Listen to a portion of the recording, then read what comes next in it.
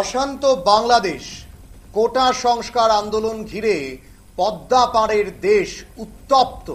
সোমবার প্রধানমন্ত্রিত্ব থেকে পদত্যাগ করেছেন শেখ হাসিনা, দেশও ছেড়েছেন, কিন্তু উত্তাপের আঁচ এখনো ভীষিত হয়নি, স্তিমিত হয়নি, এখনো সেখানে চলমান পরিস্থিতি। আর সেখানেই অভিযোগ উঠে আসছে বিভিন্ন জায়গায় আক্রান্ত হচ্ছেন হিন্দু সহ সংখ্যালঘুরা। এই নিয়ে এবার উদ্বেগ প্রকাশ করলেন আধ্যাত্মিক গুরু সদ্গুরু জগদি বাসুদেব। বাংলাদেশের হিন্দুদের সুরক্ষার আবেদন জানিয়ে তিনি বলেন, এটা শুধুমাত্র বাংলাদেশের আভ্যন্তরীণ বিষয় হতে পারে না।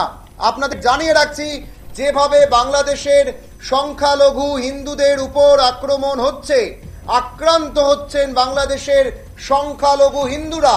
হিন্দু মন্দিরে ভাঙচুর, অগ্নিসংযোগ, লুটপাট করা হচ্ছে প্রতিদিন। যেদিন থেকে সেখানে সরকার পতন হয়েছে সেদিন থেকে কিন্তু সেখানে এই ধরনের খবর পাওয়া যাচ্ছে। আর তা নিয়ে কিন্তু রীতিমতো গোটা বিশ্বে আলোচনা হচ্ছে। যেখানে বাংলাদেশে এইভাবে হিন্দুদের উপর আক্রমণ, বাংলাদেশে যেভাবে হিন্দুদের উপর আক্রমণ হচ্ছে তা নিয়ে এবার ক্ষোভ এবং উদ্বেগ প্রকাশ করেছেন সদ্গুরু। তিনি জানিয়েছেন, বাংলাদেশে হিন্দুদের সুরক্ষা এখন সবচাইতে বড় বিষয়। এটা শুধুমাত্র বাংলাদেশের আভ্যন্তরীণ বিষয় হতে পারে না। বাংলাদেশের বিভিন্ন জেলায় হিন্দুদের বাড়ি ও দোকানে হামলা চালানো হচ্ছে, মূল্যবান জিনিস লুটপাট করা হয়েছে। একটি সংবাদ মাধ্যমের খবরকে উদ্ধৃতি করে এক স্যান্ডেলে সদ্গুরু লিখেছেন, হিন্দুদের উপর যে আক্রমণ চলছে তা কেবল বাংলাদেশের আভ্যন্তরীণ বিষয় হতে পারে না। এখন আমরা যদি উঠে দাঁড়াতে না পারি এবং আমাদের প্রতিবেশী দেশের সংখ্যালঘুদের সুরক্ষা সুনিশ্চিত করতে পদক্ষেপ না করি, তাহলে ভারত মহাভারত হয়ে উঠতে পারবে না। এখানেই না থেমে সদ্গুরু এক স্যান্ডেলে আরো লেখেন, এক সময় আমাদের দেশের অংশ ছিল, দুর্ভাগ্যজনকভাবে আজ তা প্রতিবেশী দেশ।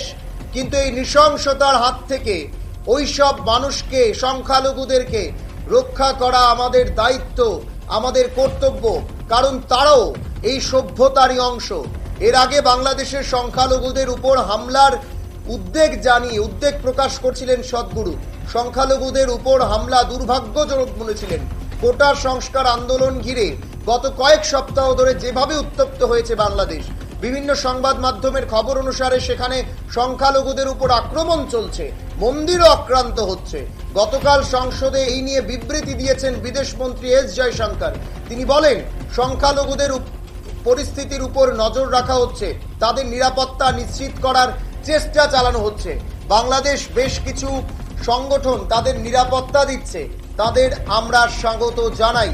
গতকাল বিশ্ব হিন্দু পরিষদও বাংলাদেশের হিন্দুদের উপর হামলা নিয়ে উদ্বেগ প্রকাশ করেছেন। বিশ্ব হিন্দু পরিষদের আন্তর্জাতিক সভাপতি অলোক কুমার কেন্দ্রীয় সরকারের কাছে বিদেশ সংখ্যালঘুদের সুরক্ষার জন্য, বাংলাদেশের সংখ্যালঘুদের সুরক্ষার জন্য সম্ভাব্য সব পদক্ষেপ করতে আবেদন জানিয়েছেন। এবার সদ্গুরু বাংলাদেশের সংখ্যালঘুদের সুরক্ষা নিশ্চিত করতে পদক্ষেপের আবেদন জানিয়েছেন। আপনাদের জানিয়ে রাখছি, এই মুহূর্তের যে বড় খবরটির দিকে নজর রাখবো, বাংলাদেশের সংখ্যালঘু হিন্দুদের উপর আক্রমণ নিয়ে এবার সরব হয়েছেন সদ্গুরু জগদি বাসুদেব। তিনি বলেছেন যে এটা শুধুমাত্র বাংলাদেশের আভ্যন্তরীণ বিষয় হতে পারে না, এটা ভারতকে ভাবতে হবে। যেভাবে হিন্দুদের উপর আক্রমণ হচ্ছে, হিন্দু মন্দির গুড়িয়ে দেওয়া হচ্ছে, তা এখানে যেভাবে সেটা হচ্ছে, হিন্দুদেরকে রক্ষা করতে হবে, তাদের পাশে দাঁড়াতে হবে। আর যদি এটা না করতে পারে ভারত, তাহলে ভারত মহাভারত হয়ে উঠতে পারবে না।